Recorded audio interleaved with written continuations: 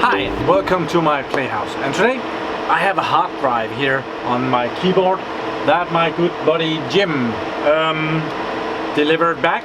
He says it's broken, so I thought let's check that out.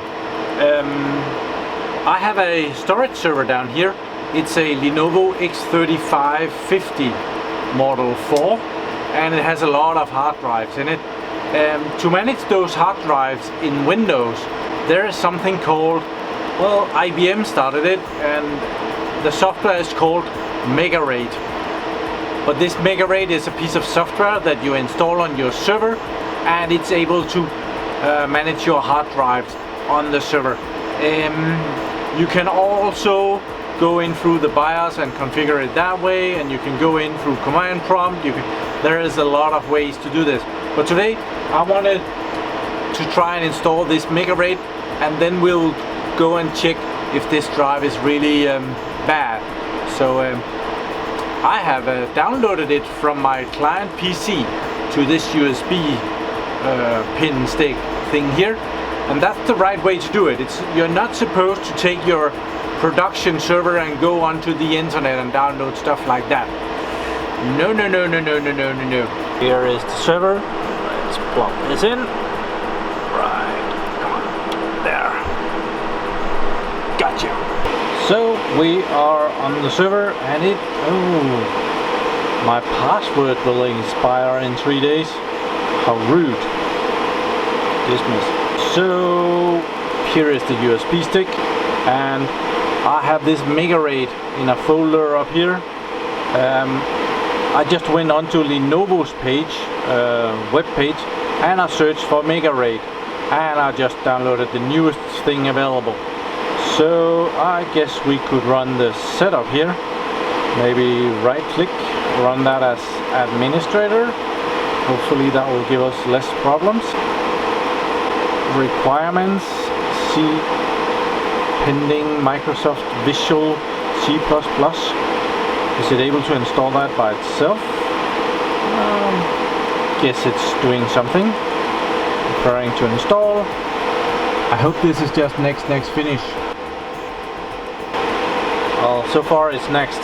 Then we have to agree to the terms. No way around that one. Organization. Oh, this is MP House, my PlayHouse. Username administrator, awesome. All users, fine. Next. Complete. This. I guess it's able to take all the.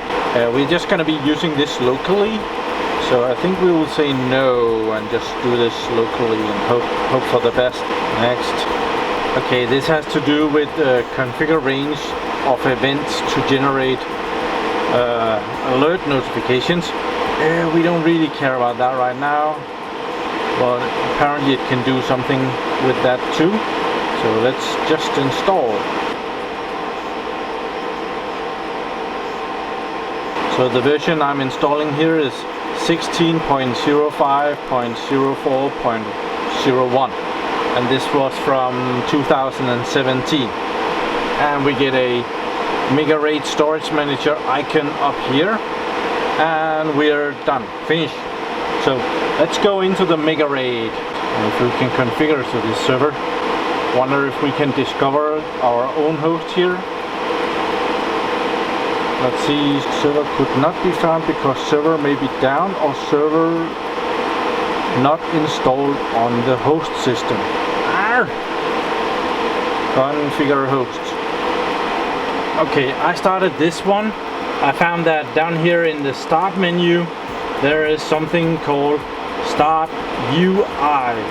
So when I run this one instead, it actually finds a host here with an IP number. So we can select that one and we can log in. And I have to give it the administrator. Actually this is administrator. And the password for this, and we choose login.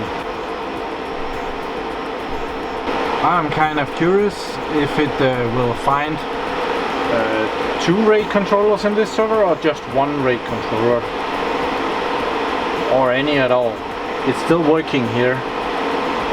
Okay, it found both RAID controllers. It seems I have a server RAID M1115 in here, and then I have a LSI SAS 9207-8E. I guess that is correct. There is a lot of stuff here. Oh, update firmware. That's neat.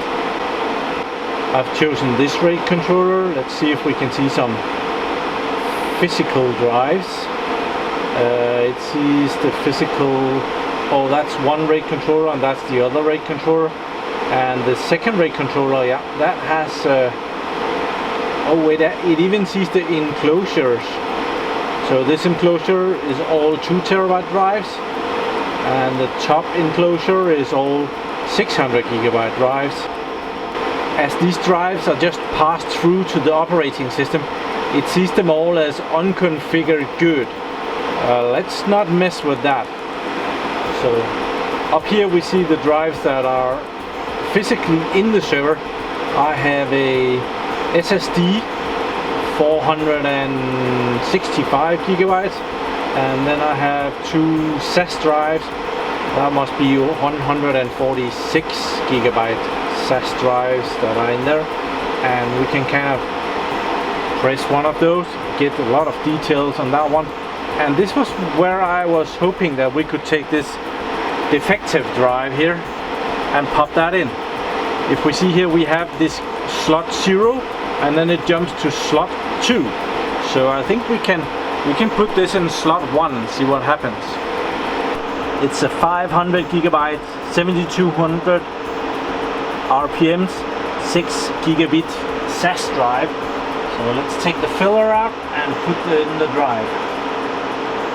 These are hot blockable, so it shouldn't be too bad. And it's checking out the drive here. Let's see what it comes up with.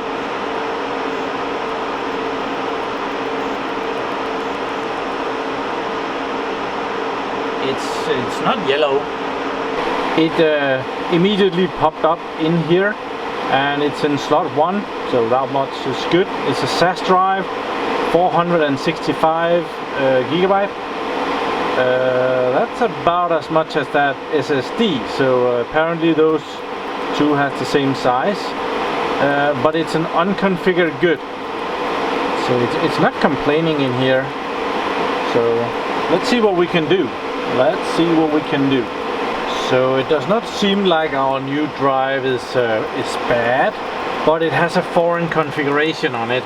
So this drive has been taken out of another RAID configuration, and now we're putting it into this server with some RAID configuration. So what we need to do is actually clean that away, so we can scan foreign configuration. So let's go down there, scanning, and it has found one foreign configuration for us. That must be our foreign configuration here. So we can import that, or we can remove that. So I think we will clean that out, say we don't need that foreign configuration. I have no idea what that was, so remove that. Then we have to confirm that, and yes, and the configuration has been removed. So now it says we have an unconfigured good over here. There. I am uncertain if we can do anything with that. Yep. Now this create virtual drive has become blue, and we would be able to create a simple or advanced virtual drive out of that. I don't think we need to do that. I think I can conclude that my good buddy Jim hasn't destroyed my drive after all. I must admit I was very disappointed with this program until I found that that was that foreign configuration that I had to clear before I could see the drive. This is not the drive, this is just for me to have something to hold and wave in front of you. The drive is still in the server. But the good thing is that my drive is still working and it isn't even complaining. So my best guess is that the RAID configuration was messed up, and he tried to import a drive with a foreign RAID configuration on it, and that didn't go too well. Good thing, these 500 gigabyte SAS drives, they are not that expensive, but well, don't really want to go shopping for these. If you want a new hard drive, you really want something just a tiny bit bigger than that. The problem is that 500 gigabyte drive uses as much power as a 1 terabyte drive, and you might as well go with a 1 terabyte then. So, well, short video I hope. So thank you very much for watching my videos. Do try out MegaRAID. It works on Windows, Linux, and even VMware ESXi, I believe. I think so. Otherwise I'll cut that out of the video. Thank you very much for watching my videos. Do subscribe to my channel so that you can see me again, and have a really nice day. Bye bye.